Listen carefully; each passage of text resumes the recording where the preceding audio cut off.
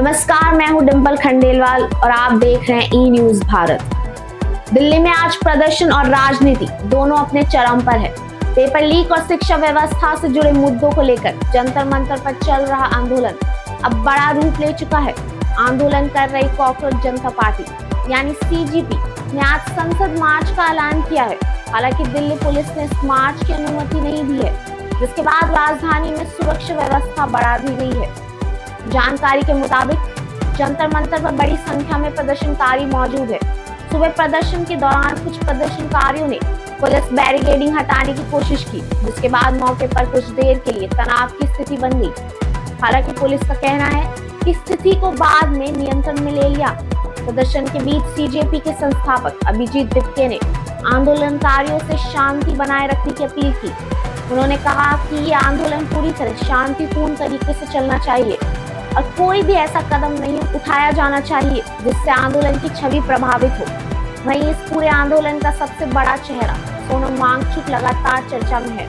Paper leak और शिक्षा व्यवस्था में सुधार की मांग को लेकर वो पिछले 21 दिनों से भूख हड़ताल पर है। उनकी तबीयत को लेकर भी चिंता जताई जा रही है। इसी बीच सोनम वांगचुक ने अपना अनशन खत्म करने के लिए सरकार के सामने 3 प्रमुख शर्तें रखी हैं।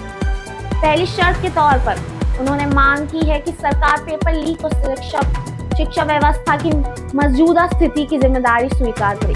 उनका कहना है कि युवाओं के भविष्य से जुड़े इस मुद्दे पर जवाबदेही तय होना जरूरी है। दूसरी मांग ये है कि सीजेपी के प्रतिनिधिमंडल को संसद तक जाने की अनुमति दी जाए और सांसद इस मुद्दे को संसद तक उठाने का भरोसा दे।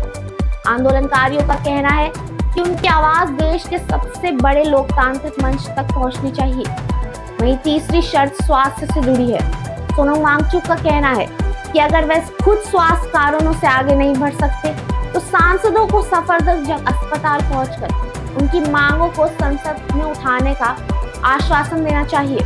इसी बीच सोनम वांगचुक की सेहत को लेकर भी लगातार अपडेट सामने आ रहा है। लंबे समय से अनशन पर रहने के कारण उनकी स्वास्थ्य स्थिति चिंता का विषय बनी है। प्रशासन की ओर से उनकी मेडिकल निगरानी की जा रही है। अब ये आंदोलन सिर्फ जंतर मंतर तक सीमित नहीं रह गया है, बल्कि ये शिक्षा व्यवस्था, पेपर लीक और युवाओं के भविष्य जैसे बड़े मुद्दों को लेकर राजनीतिक बहस का केंद्र बन गया है। एक तरफा प्रदर्शनकारी अपनी मांगों पर अड़े हैं, तो दूसरी तरफा प्रशासन कानून व्यवस्था बनाए रखने में जुटा है। अब सबसे बड़ा सवाल ये है कि क्या सरकार और आंदोलनकारियों के बीच बातचीत का रास्ता निकलेगा? क्या सोनम वांगचुक की मांगों पर कोई सहमति बनेगी या फिर दिल्ली में ये आंदोलन और ज्यादा बड़ा रूप लेगा? फिलहाल सबकी नजर सरकार के अगले कदम और जंतर मंतर की गतिविधियों पर टिकी हुई है।